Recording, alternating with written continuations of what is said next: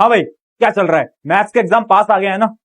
इतनी छुट्टी तुम्हें मैथ्स के एग्जाम में मिली, बट फिर भी बहुत सारे ऐसे स्टूडेंट्स हैं जिन्होंने इन छुट्टियों को बर्बाद कर लिया, बहुत सारी इंजॉयमेंट कर ली। हाँ, कुछ स्टूडेंट ऐसे हैं जिन्होंने इन छुट्टियों को यूटिलाइज करा है। आज ना मैं तुम्हारे सामने खड़ा हूं मैथ्स की लास्ट मिनट स्ट्रैटेजी को लेकर, यानी ये जो बचे हुए कुछ दिन है इसके अंदर तुम कैसे अपनी पेपर प्रेजेंटेशन के हैक को एकदम हाई लेवल पे ले जा सकते हो। अगर कम भी पढ़ाई करी है ना, इन हैक्स की मदद से तुम मैथ्स के अंदर बहुत अच्छे मार्क्स इजीली स्कोर कर सकते हो। आखिर क्या है वो हैक? तो देखो, इसको मैं बड़ी सिंपल सी कहानी से बताता हूं। पिछले साल ना एक ऐसा स्टूडेंट था जिसने मैथ में बहुत मेहनत करी थी, बहुत अच्छे से पढ़ाई करी थी, पर उसके मार्क्स उतने अच्छे नहीं आ पाए। ऐसा क्यों हुआ? ऐसा इसलिए हुआ क्योंकि मैथ्स के एग्जाम के अंदर उसने ना सही प्रकार से आंसर्स को लिखा नहीं, अटेम्प्ट नहीं करा, जिसकी वजह से उसके नंबर कट गए। अब मैथ्स में भी पेपर प्रेजेंटेशन इंपॉर्टेंट होता है क्या? उसका आंसर है बिल्कुल होता है। आज की वीडियो के अंदर ना मैं तुम्हारे बहुत सारे पॉइंट्स एकदम क्लियर करने वाला हूं। यहां पर बहुत सारे पॉइंट्स लिखे हुए हैं। जैसा पहला पॉइंट है पेपर अटेम्प्ट कैसे करना है, आज बता दूंगा। पेपर हाथ में आते ही तुम्हें करना क्या है। मैथ्स में पेपर अटेम्प्ट करने का तरीका सबसे इंपॉर्टेंट होता है। अगली चीज, कैलकुलेशन की कोई हैक है क्या? क्या कोई ऐसा तरीका है जिससे हम कैलकुलेशन में रफ्तार ला सकते हैं, एग्जाम के अंदर कैलकुलेशन मिस्टेक से बच सकते हैं? बिल्कुल है, वो भी बताऊंगा। उसके अलावा टाइम मैनेजमेंट कैसे होगा, मैं अभी बोल देता हूं। मैथ्स का पेपर बहुत सारे बच्चों का छूटने वाला है। हाँ, छूटेगा, बट अगर तूने आज टाइम मैनेजमेंट सीख लिया तो नहीं छूटेगा। अगली चीज देख, पेपर प्रेजेंटेशन टिप्स क्या होती हैं। ये सारी टॉपर की पेपर प्रेजेंटेशन टिप है जो आज मैं तुम्हें देने वाला हूं। एक एक करके सारे पॉइंट्स पे बात करते हैं। बहुत अल्टीमेट हैक भी बताऊंगा। देख यार, तेरे प्रशांत भैया ना जब से तेरा एग्जाम शुरू हुए ना तब से तेरे साथ खड़े हैं, और फिर बोल रहा हूं 10वीं में लास्ट तक तेरा हाथ पकड़ के रखूंगा। आईटी एआई के नोट्स भी बना रहा हूं बेटा, वो तुम्हें नोट्स भी दूंगा मैं, ठीक है? तो प्रशांत, मैंने वादा करा था, निभाऊंगा। और 11वीं के अंदर भी तेरे साथ खड़ा हूं। 11th का चैनल है, अभी जाओ, नीचे डिस्क्रिप्शन में लिंक है, जाकर सब्सक्राइब कर लेना। फिजिक्स पढ़ाएगा तेरा बड़ा भाई, फिजिक्स पढ़ाएगा। चल भाई आजा, देख। सबसे पहले देखते हैं रीडिंग टाइम में करना क्या है। जो तुम्हें 15 मिनट रीडिंग के मिलेंगे मैथ्स के पेपर में, वो रीडिंग टाइम डिसाइड करता है कि तुम कितने मार्क्स लाने वाले हो। है भैया, इतना इंपॉर्टेंट है? बिल्कुल इतना इंपॉर्टेंट है। करना क्या है, सबसे पहले सारे क्वेश्चंस को रीड करो। जितने भी क्वेश्चंस के अंदर कुछ वो नहीं होते यूनिट्स, जैसे कि मान लो क्वेश्चन के अंदर गिवन है 10 सेंटीमीटर, किसी के अंदर गिवन है 10 मीटर, तो जो यूनिट्स है ना, क्वेश्चन पेपर में से डॉट लगा लिया करो उसके नीचे, डॉट। अंडरलाइन मत करना, एग्जामिनर जो होते हैं वो आपके गुस्सा हो जाते हैं। आपको बस डॉट लगा लेना है, ताकि जब आप उस क्वेश्चन को पढ़ोगे ना तो आपको याद होना चाहिए कि अच्छा यहां पर यूनिट सेंटीमीटर था और यहां पर मीटर था। अब ये मैं पता है क्यों करा रहा हूं, क्योंकि मैथ्स में ना हम सिली मिस्टेक करते हैं, हम यूनिट नहीं देखते और आंसर को गलत करके आते हैं। तो पहले क्या कर लेंगे, हम डॉट लगा लेंगे यूनिट्स के ऊपर। अगला काम क्या करना है, बहुत सारे क्वेश्चन होते हैं चॉइस वाले, जिसके अंदर आपको ऑप्शन मिलते हैं। अब आपको सबसे पहले चॉइस वाले क्वेश्चंस को सेलेक्ट कर लेना है।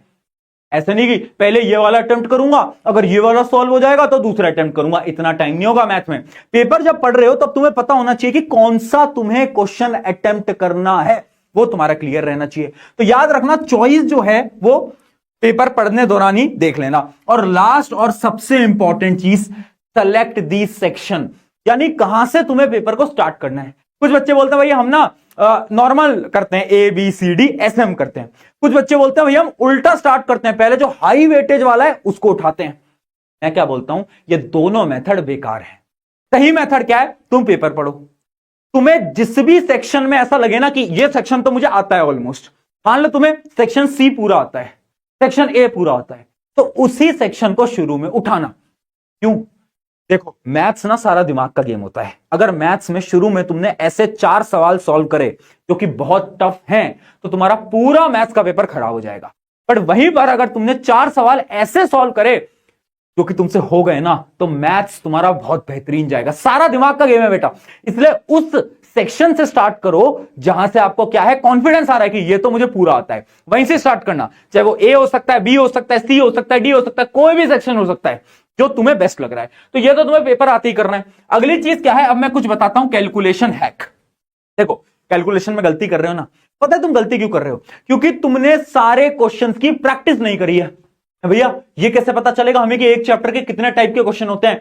तुम्हारे लिए एक शीट बना रखी थी। पिछली वीडियो के अंदर भी बताया था, इस वीडियो में फिर बताता हूं। एक ऐसी शीट है ना जिसको तुम देखोगे ना तो तुम्हें मजा आ जाएगा। ये शीट तुम देख सकते हो। मैंने क्या करा था, मैंने हर एक चैप्टर के जितने टाइप ऑफ क्वेश्चन बोर्ड में पूछे जाते हैं प्रीवियस ईयर के अंदर, वो सारे इंपॉर्टेंट क्वेश्चन यहां पर लिख रखे थे। जिसकी आप देख सकते हो चैप्टर 1 है रियल नंबर, उसमें कौन कौन से टाइप के क्वेश्चन पूछे जा सकते हैं। इसी प्रकार से मैंने सारे चैप्टर्स का ये बना रखा है, फ्री ऑफ कॉस्ट में दे रखा है। प्रशांत भैया ने डाउनलोड कर लेना एग्जाम से पहले, एटलीस्ट ये जितने भी टाइप के क्वेश्चन मैं यहां पर बता रहा हूं वो सारे सॉल्व कर लेना।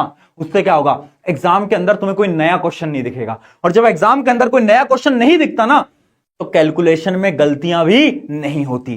तो सबसे पहले तो कैलकुलेशन सही करने के लिए आपका यही मेथड है। अब अगला मेथड क्या है बेटा, देखना। अगला मेथड है आपका स्टे काम। सबसे पहला है कि भाई देखो, कामनेस मेंटेन करके रखो। मैं ना मैथ्स के पेपर को देने जाने से पहले ना बहुत डरता था।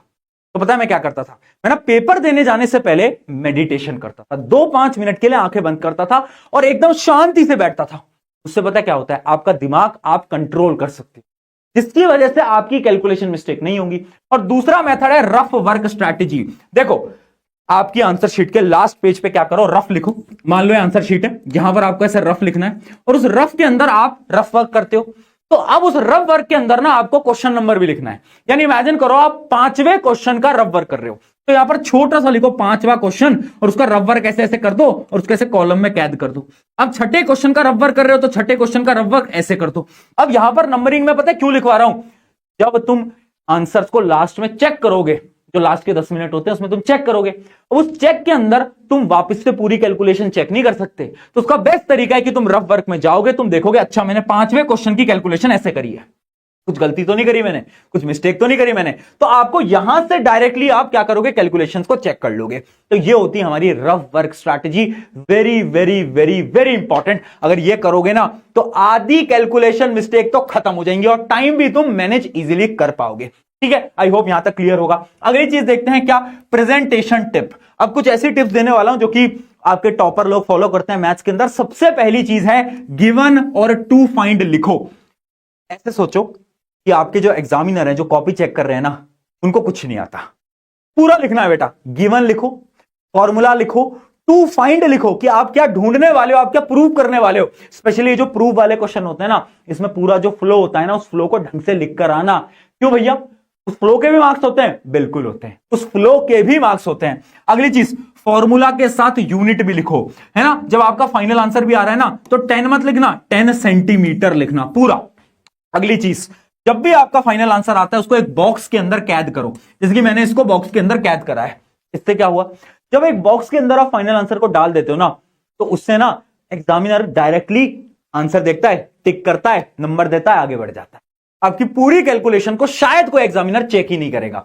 तो ये बहुत इंपॉर्टेंट स्ट्रेटेजी है, बहुत सारे बैक बेंचर्स को यूज करते हैं, तुम भी यूज करना। अगली चीज, एंगल्स को डिफाइन करना मत भूलना। मान लो एक ट्राइंगल है, उसका एंगल तुमने ए लिया है, तो वहां डिफाइन करो, लिखो angle A B C, let the angle A B C B A, angle A define करो बेटा। अगर डिफाइन नहीं करोगे टीचर के पास एक पॉइंट आ जाएगा कि इसने तो डिफाइन ही नहीं करा, हम कैसे मान लें एंगल ए कौन सा है। तो यह बहुत इंपॉर्टेंट है। अगली चीज, डायग्राम बना लेना। भैया मैथ्स में भी डायग्राम होते थे, साइंस में होते थे, मैथ में भी है, बिल्कुल है। वो तुमने चैप्टर पढ़ा है ना कि एक टावर है, एक छोटा टावर है ना, ऐसे करके ये डायग्राम्स बनते थे, एंगल बनता था, याद आ गया। वहां पर डायग्राम बना लेना। एक एग्जामिनर डायग्राम देखता है तो वो आपकी चेकिंग बहुत आसानी से और फास्ट कर देता है, तुम्हारे नंबर नहीं कटेंगे।